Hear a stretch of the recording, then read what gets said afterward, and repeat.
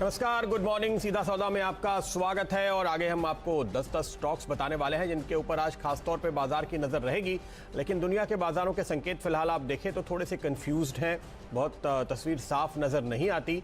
हालांकि नीरज, जिन चीज़ों पे हम खास तौर पे नज़र रखते हैं, आप देखिए बॉन्ड यील्ड आपको नीचे आती हुई नज़र आ रही है, क्रूड हालांकि ऊपर निकल गया है, तो दोनों तरफ के संकेत आपके सामने हैं। लेकिन कुछ खास कोई डिसाइसिव मूव या कोई बहुत क्लियर कट संकेत जिसके सामने फिर आपको कोई आर्ग्यू करने को ना रह जाए और आपको बिल्कुल क्लैरिटी हो कि भाई किधर जाना है, ऊपर या नीचे, ऐसा कुछ नहीं है। जी हाँ प्रदीप, बिल्कुल सही कह रहे हैं आप। दिल और दिमाग की लड़ाई चल रही है। आप दिमाग बहुत ज़्यादा लगाएंगे तो आपको लगेगा अरे तस्वीर ठीक नहीं है, लेकिन अगर आप उसको ध्यान से देखेंगे तो बेचने के लिए कोई तैयार नहीं है। यूएस में हम लोग रोज़ बात करते हैं कि ये चिंता वो चिंता, लेकिन मार्केट छोड़ने के लिए, बुल ग्रिप में से निकलने के लिए बिल्कुल तैयार नहीं है, बावजूद इसके कि बहुत सारे इंडिकेटर्स वहाँ पे हैं कि इन्फ्लेशन बढ़ेगा, ये होगा वो होगा।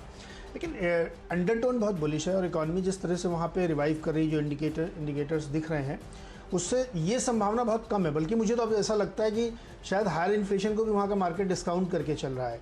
कई रिपोर्ट्स में सजेस्ट किया जा रहा है कि अब S&P 4400 की तरफ बढ़ने की तैयारी कर रहा है, 4200 के आसपास वो कंसोलिडेट कर रहा है। यहाँ से करीब 5% की तेज़ी आपको S&P में देखने को मिलेगी। तो आप सोचिए कि किस तरीके की बुलिशनेस वहाँ पे है। और तमाम इन फैक्टर्स के बावजूद अनऑफिशियली लोग कह रहे हैं कि बॉन्ड बाइंग थोड़ी कम कर दी गई है, ऑलरेडी 80-90 बिलियन डॉलर से ज़्यादा की अब नहीं है। कमेंट्री में हो सकता है इसको औपचारिक तौर पे बता दिया जाए, तो वो भी डिस्काउंटेड मार्केट करके चल रहा है। तो इसीलिए अमरीकी बाजार उस कमेंट्री को, उस इंडिकेशन को देखना चाहते हैं। आज CPI का आंकड़ा आएगा, उसके बाद नेक्स्ट वीक फेड की बैठक में चर्चा होगी, तो उसके पहले मार्केट काफ़ी अलर्ट है। लेकिन क्रूड जो है ना, वो थोड़ा सा दिक्कत कर रहा है और ख़ासतौर पे हमारे बाज़ारों के लिए थोड़ी मुश्किल ज़रूर करेगा, क्योंकि अब देखिए हम लोग को ये उम्मीद लगती थी कि ईरान की तरफ से सप्लाई बढ़ेगी, समझौता हो जाएगा, तो क्रूड में थोड़ी सी नरमी रहेगी, या कम से कम बहुत ज़्यादा यहाँ से नहीं बढ़ेगा। लेकिन अब जिस तरह के कॉन्ट्रडिक्टरी बयान दिए जा रहे हैं, वो चिंता कर रहे हैं, क्योंकि जो अमेरिका की तरफ से बयान आ रहा है, ब्लिंकन दे रहे हैं कि अगर समझौता हो भी गया तब भी बहुत सारे सैंक्शंस ईरान के ऊपर लगे रहेंगे। दूसरी तरफ सऊदी अरब कह रहा है कि सप्लाई बढ़ाने के लिए हमारे पास पूरे टूल्स हैं, लेकिन हम देखना चाहते हैं डिमांड कितनी है।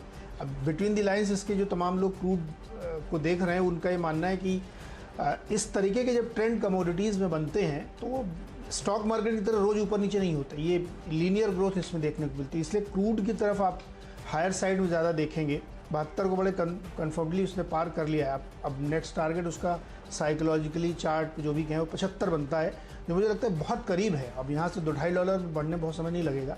तो क्रूड एक ऐसा है जो ख़ास तौर पे हमारे मार्केट के लिए थोड़ा सा, मैं मान के चलता हूँ कि ख़राब है, बहुत अच्छी बात नहीं है यहाँ पे, क्योंकि पेट्रोल डीजल के दाम लगातार बढ़ रहे हैं। 2-3 दिन बाद आपके इन्फ्लेशन के आंकड़े फिर आने वाले हैं, तो देखना पड़ेगा मार्केट कैसे पेन आउट करता है। लेकिन टीम में तो 10 के 10 बाई हैं प्रति, क्या करें।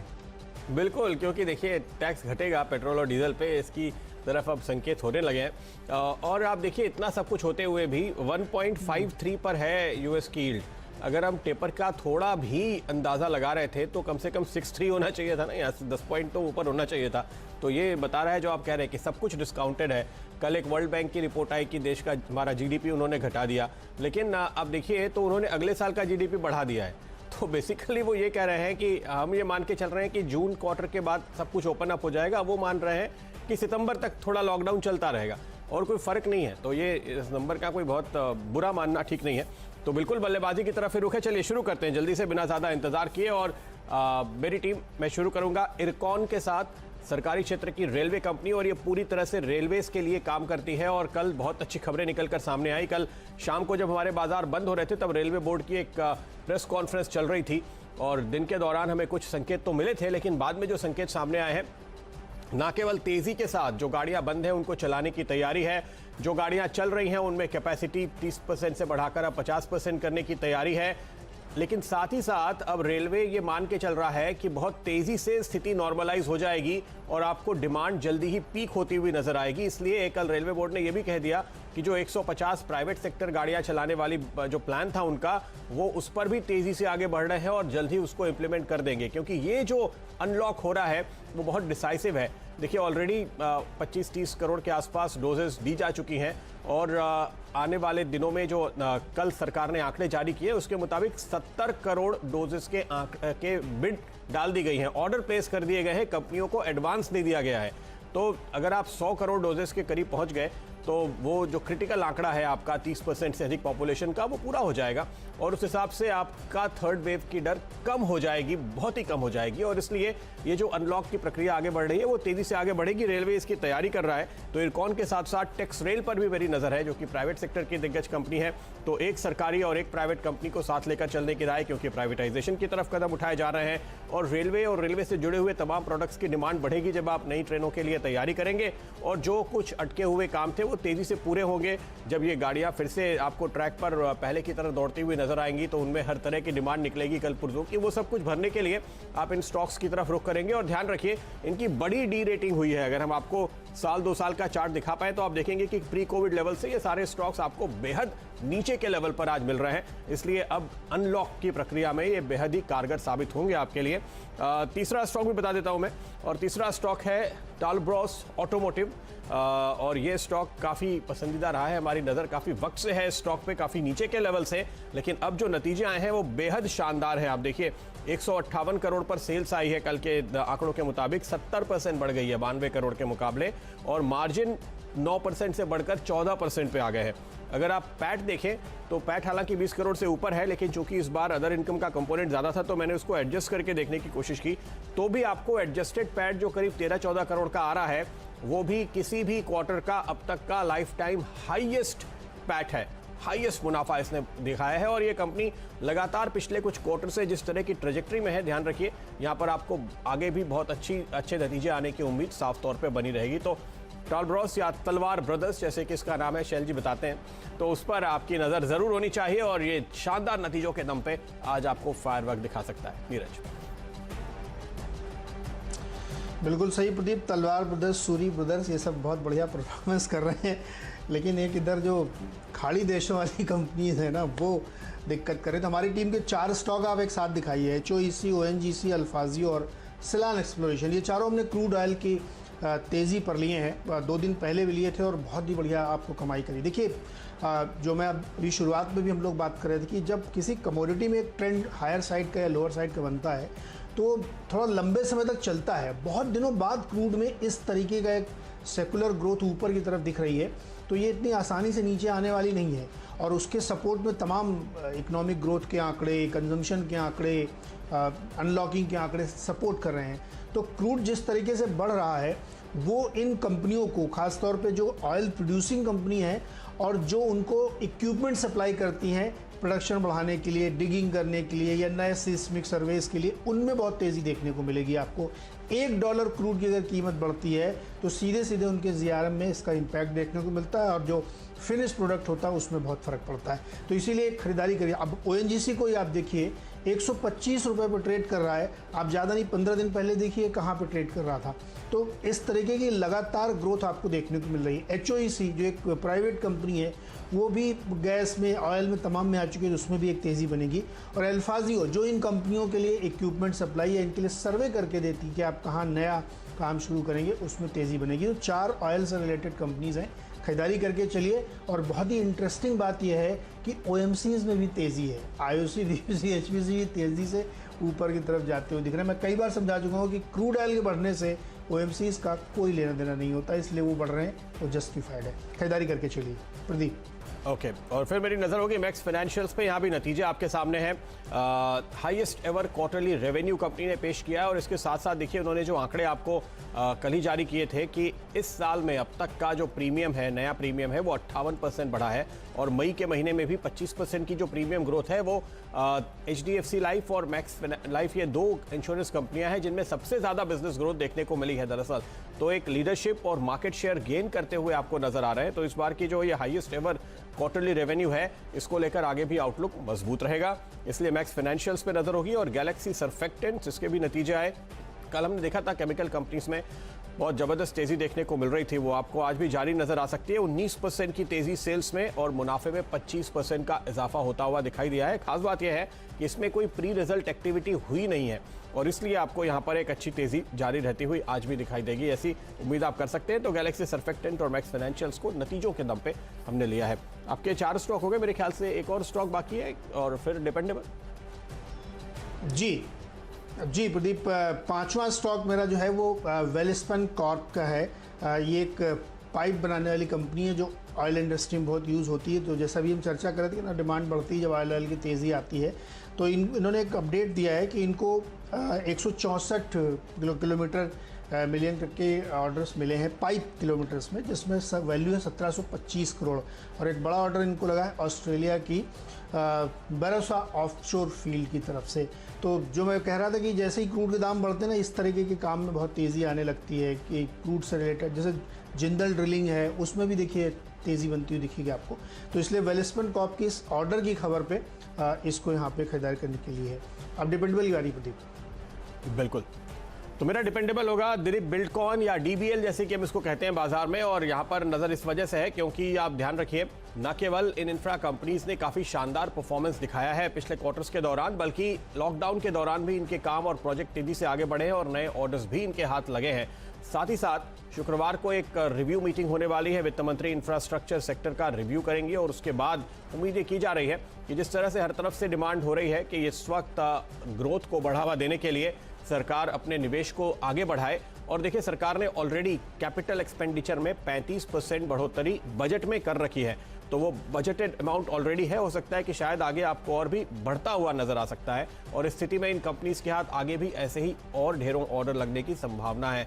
तो इस वजह से आप इसकी एक रीरेटिंग होते हुए देख रहे हैं। दिलीप बिल्डकॉन को इसी वजह से मिस्टर डिपेंडेबल के तौर पे चुना है क्योंकि ये स्टोरी 1 या 2 दिन की नहीं है। इस हफ्ते का रिव्यू तो आपके सामने इमीडिएट तौर पर आ रहा है, लेकिन ये सेक्टर पूरी तरह से एक नए तेजी के दौर की तरफ जा रहा है और वो रियल है, मार्केट की फ्रेंजी नहीं है, बल्कि कारोबार और ऑर्डर बुक की वजह से आपको दिखाई दे रहा है। इसलिए यहाँ पर आपको फिलहाल 568 पे एक स्टॉप लगाना चाहिए और 626 तक के टारगेट आपके सामने आ सकते हैं। नीरज। प्रीत, मेरा डिपेंडेबल स्टॉक है लॉरस लैब। इस फार्मा कंपनी पर ध्यान रखना चाहिए। रिजल्ट्स के बाद से कंपनी ने बहुत अच्छे परफॉर्मेंस दिखाए हैं, क्योंकि जिस ARV API में ये है, यानी जो वैक्सीन के लिए इस्तेमाल होता है, वो बहुत ही सिग्निफिकेंट है और बहुत तगड़ी इनकी ग्रोथ आती हुई दिख रही है। और इन्होंने जो ब्राउनफील्ड एक्सपेंशन किया है उसकी वजह से इनको ऑपरेटिव लेवरेज मिला है और ये तेज़ी से ग्रो कर रहा है। मुझे लगता है कि फार्मा कंपनियों में ये इस समय सबसे बेस्ट कंपनी लग रही है जो ग्रोथ के लिहाज से है। तो मोमेंटम चेज करना चाहिए, क्योंकि कंपनी हर साल 400 करोड़ के कैपेक्स की बात भी कर रही है नेक्स्ट 5 ईयर्स तक। तो यहाँ पे एक तेज़ी का माहौल बनता है, इसलिए लॉरस लैब में खरीदारी करके चलना चाहिए। 625 का टारगेट आज के लिए होगा। छोटा सा ब्रेक से लौट के आएंगे तो बताएंगे फ्री हिट और पिंच हिटर्स।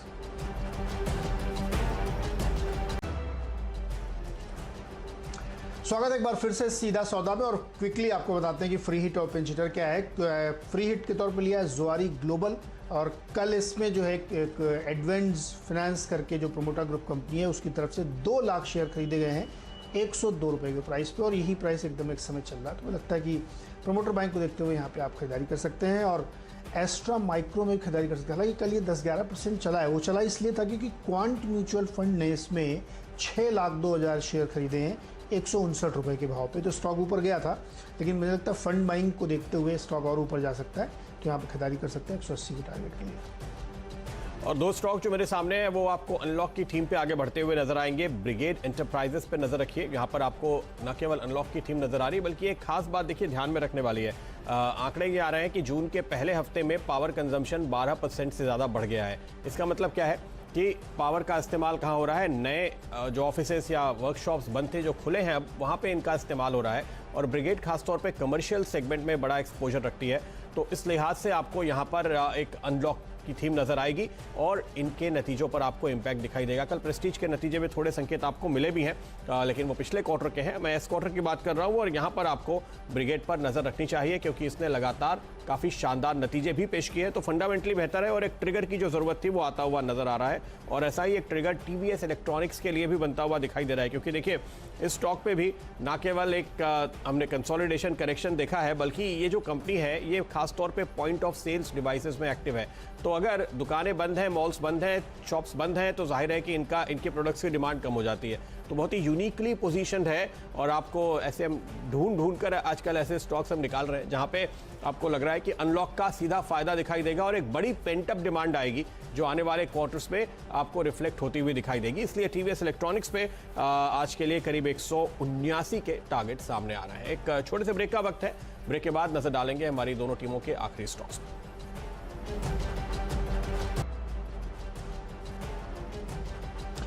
स्वागत है एक बार फिर से आपका सीधा सौदा में। और आखिरी के 2 स्टॉक्स में पहला स्टॉक है कल्याण ज्वेलर्स। और आपने देखा होगा कि हाल फिलहाल में टाइटन में और थंगा माइल में बहुत ही ज़बरदस्त रोबस्ट रैली देखने को मिली, लेकिन कल्याण ज्वेलर्स में उतनी रैली नहीं मिली। 70 से 80 बड़ी मुश्किल से पहुंचा है, लेकिन मुझे लगता है कि इसमें अब रैली बनेगी, इसलिए क्योंकि गोल्ड प्राइसेस जिस तरह से बढ़ रहे हैं, $1900 पे ट्रेड कर रहे हैं, यहाँ से ऊपर जाने की संभावना। और गोल्ड में हमेशा ध्यान रखिए, जब गोल्ड की कीमतें बढ़ती हैं तो ज्वेलरी कंपनियों के स्टॉक प्राइस बढ़ते हैं, क्योंकि साइकोलॉजी ये प्ले करती है कि बढ़ते हुए दामों में लोग ज़्यादा खरीदारी करते हैं, गिरते हुए दामों में इंतजार करते हैं कि और गिरेगा तो खरीदेंगे, वो कभी उतना गिरता नहीं है।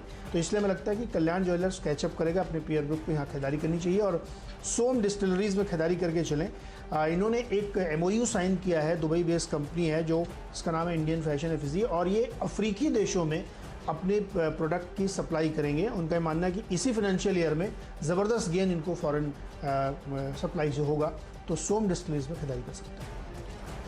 ओके और मेरी नज़र है जेन टेक्नोलॉजीज पे। ये डिफेंस सेक्टर को टेक्नोलॉजी प्रोवाइड करने वाली कंपनी है, और आपने जैसे एस्ट्रा माइक्रो पे नज़र डाली, उसी हिसाब से मैंने जेनटेक पे नज़र डाली है, क्योंकि ऐसे अंडर वैल्यूड डिफेंस स्टॉक्स जहां पर अभी तक बहुत ज़्यादा मूवमेंट नहीं आया है, अब उन पर बड़े खिलाड़ियों की नज़र पड़ती हुई दिखाई दे रही है। और एक खबर भी आई है कि तकरीबन 20-22 चाइनीज़ फाइटर जेट्स ने एक युद्धाभ्यास किया लद्दाख में सीमा के पास। तो जाहिर है कि वहाँ सब कुछ अभी तक ठंडा नहीं हुआ है और इस पर आपकी नज़र बनी रहनी चाहिए। तो डिफेंस एक्सपेंडिचर चलता रहेगा और उसके चलते इन कंपनीज के लिए आगे आपको बेहतरीन ऑर्डर मिलेंगे। अब तक इस स्टॉक पे आपने कोई खास मूव देखा नहीं है, तो बेहद शानदार मौका बनता है। मुझे लगता है ये रिस्क रिवॉर्ड रेशियो भी काफ़ी बेहतर दिखाई देगा। आखिर में एस चांद पे नज़र है, क्योंकि स्कूल खुल रहे हैं। कल हमने कोकियो कैबलिन की बात की थी और अब एस चांद की बात करेंगे। दुकानें खुल चुकी हैं और बच्चों ने अपनी अपनी किताबें खरीदनी शुरू कर दी है। ध्यान रखिए। और इस बार तो इनोवेटिव तरीके से नीरज, मुंबई में तो स्कूल वाले होम डिलीवरी कर रहे हैं स्टेशनरी की, किताबों की। तो अगर बच्चे स्कूल नहीं जा रहे हैं तो कोई बात नहीं, किताबें घर पे आ रही है। इसलिए जाहिर है कि कंपनी के लिए कोई दिक्कत होने वाली नहीं है।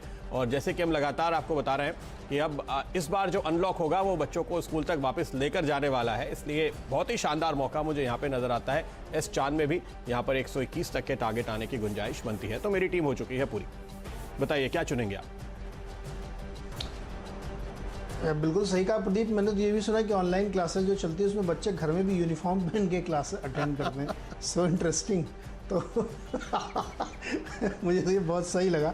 लेकिन आपकी टीम में एक स्टॉक है गैलेक्सी सर्फेक्टेंट्स, और आजकल मैं थोड़ा केमिकल वाली खबरें ज़्यादा पढ़ रहा हूँ, तो मुझे ये स्टॉक बढ़िया लगता है। और जो इनकी सप्लाई चेन है जिन FMCG कंपनीज़ को, स्पेशलिटी केमिकल की, बहुत स्ट्रॉन्ग दिख रही है। मुझे लगता है इस पर ध्यान रखना चाहिए और ये एक पक्के तौर पे खरीदारी का केस बनता है।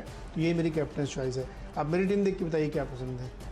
बिल्कुल, तो आपने इसको चुन लिया। अब तलवार ब्रदर्स पे ज़्यादा जानकारी के लिए हम शैल जी का इंतजार करेंगे जो जल्दी जुड़ने वाले हैं। लेकिन आपकी टीम पे अगर मैं नज़र डालूँ तो क्रूड की थीम बहुत स्ट्रांग है और अल्फा जियो ये बेहद शानदार कंपनी है, क्योंकि ये देखिए नॉलेज इंटेंसिव कारोबार करने वाली कंपनी है और ऐसे में आपको मार्जिन ग्रोथ बहुत शानदार मिलते हैं। इसलिए पूरी की पूरी कमोडिटी साइकिल में तेज़ी चल रही है, तो अल्फा जियो आपको ज़रूर चुनना चाहिए। यहाँ पर मुझे पूरी उम्मीद है कि ये टारगेट हासिल होते हुए नज़र आएंगे आज। तो चलिए पूरी टीम पर एक बार फिर से नज़र डाल लेते हैं और मैं आपको बताऊं कैसी नज़र आ रही है आज की टीम। ये रहा आपके सामने। इरकॉन और टेक्सरेल के साथ शुरुआत की है, क्योंकि रेलवे बहुत तेज़ी के साथ अपनी सर्विसेज को पटरी पर ला रहा है। कल बाजार बंद होते होते ये सारी खबरें निकल कर आई हैं और प्राइवेट ट्रेन की बिडिंग भी जल्दी शुरू होगी।